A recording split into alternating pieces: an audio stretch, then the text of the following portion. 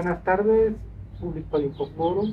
Hoy estamos con el escritor José Luis Dávila, quien nos presenta su último libro que fue publicado este año con el respaldo de la Secretaría de Cultura del Gobierno del Estado de Puebla, cuyo título es Yo maté a la mamá de Bam. Un título muy provocador. Sí, sí, es algo provocador, pero ya cuando se lee el ensayo del que parte, se entiende un poquito mejor, ¿no? Es más bien eh, una referencia a la infancia, a mi infancia en la que, pues, yo alguna vez en el kinder dije que Bambi se había muerto y todos me odiaron. Entonces, como si yo hubiera matado a su mamá, o sea, sí, sí. Entonces va más o menos por ahí. Y este libro nos platicabas que reúne ensayos, algunos relatos que tú has escrito. Uh-huh.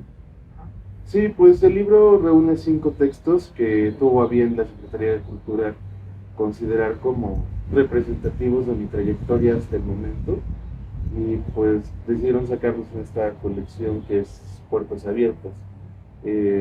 La colección fue a través de la coordinación de Betty Meyer, de Adriana Rojas y la edición de Princesa Hernández. Entonces, pues fue más bien un trabajo como colaborativo entre ver qué textos iban a quedar, cuáles eran, según yo, más importantes para mí, más importantes de acuerdo a lo que la editorial del Estado decidía, y salió este pequeño como breviario, ¿no? En el que en sí no es un libro nuevo como tal, es un libro con textos inéditos, eso sí.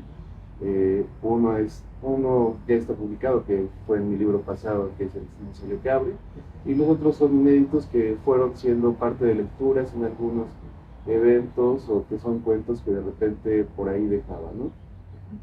Porque tú has trabajado con colectivos y proyectos de poesía, sí. Incluso en el proyecto de Cuadrante en la Galería. Sí. Recientemente has tenido algunas actividades con poetas de Oaxaca. Sí. ¿Este trabajo también influyó en los trabajos que se reúnen en el libro?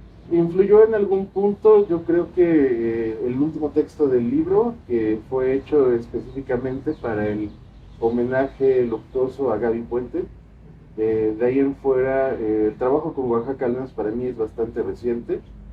A Jesús Rito pues, lo conozco desde hace unos 6 meses, entonces realmente no estuvo mucho que ver, o casi nada que ver con la creación de esta temporada de lo que se está enmarcando en el volumen.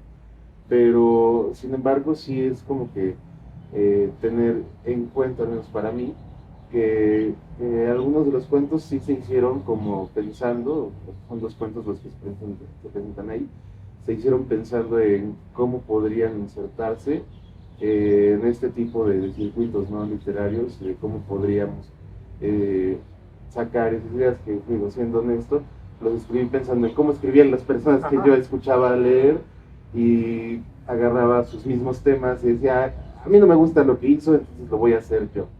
Y pues quedaron cosas bastante de mi estilo, un poquito como el mismo libro, el mismo título del libro, un poquito ácidas, un poquito como sarcásticas en ese sentido. Nos platicaste que, por ejemplo, este relato con el que habla, con el que abre el libro, lo pensaste desde tu infancia. Sí.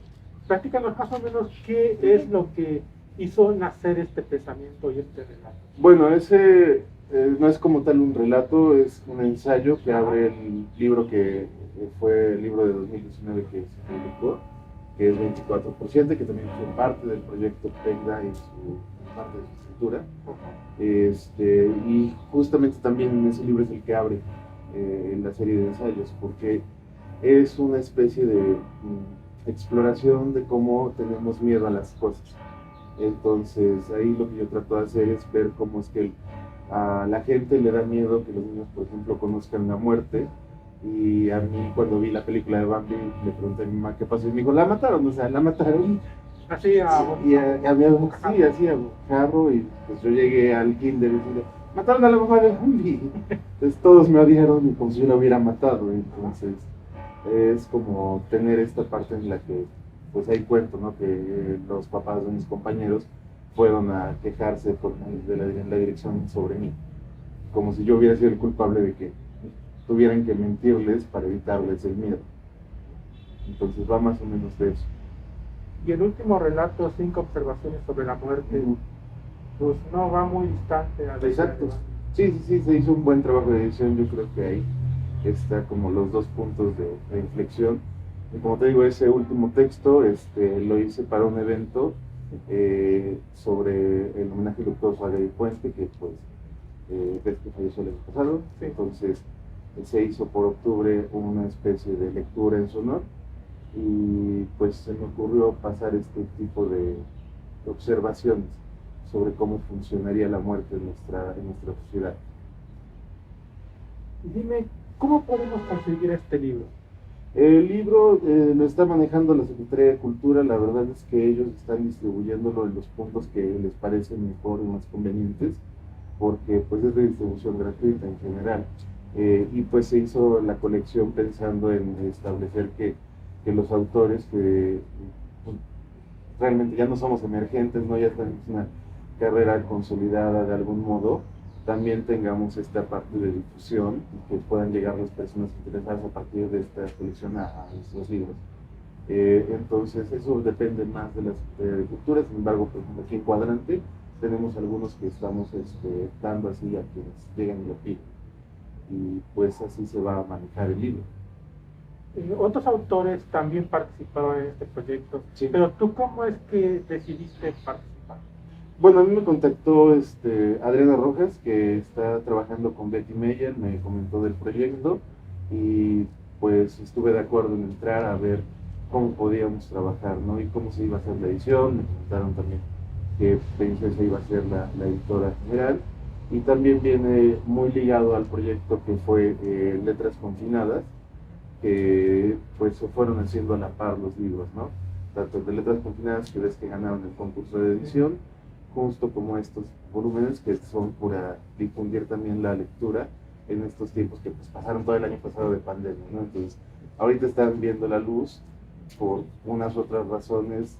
Técnicamente muchos lo considerarían que ya está como post pandemia, pero creo que sí son bastante interesantes de leer, no solamente sino yo creo que toda la colección. Digo, algo bonito de la colección que me llamó la atención es que recuperaron un poquito el diseño de hace unos 20 años que había hecho el maestro San Pedro, con la colección sobre los textos de la Palafoxiana y de algunos autores de esa época. Entonces, yo viendo el diseño me pareció bastante reconfortante ver algo así, digo, porque aparte de San Pedro fue mi maestro, ¿no? Entonces está bastante interesante cómo están haciendo la recuperación editorial de ese tipo de proyectos.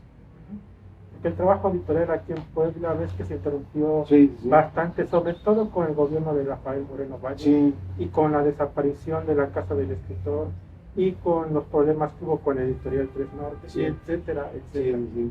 ¿Qué opinas de esto? ¿Qué pasó? De todo en general, creo que sí ha habido, no solamente en Puebla, yo creo que en México tenemos una crisis editorial desde hace unos 15 años. No te voy a mentir, yo creo que en todo el país hay un problema siempre. Hay editoriales independientes que incluso muchas veces hacen unas tipo de ferias, mini ferias privadas de libro, fiestas, posadas, lo que sea, para poder recaudar fondos.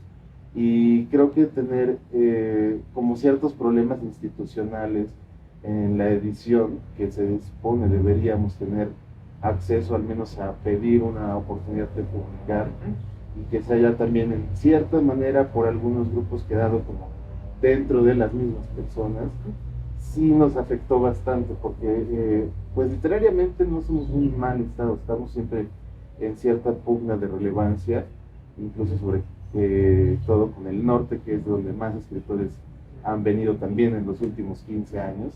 Sí. Pero creo que tener esta recuperación, por ejemplo, de estos proyectos que, repito, pues el tipo de edición fue de hace 20 años.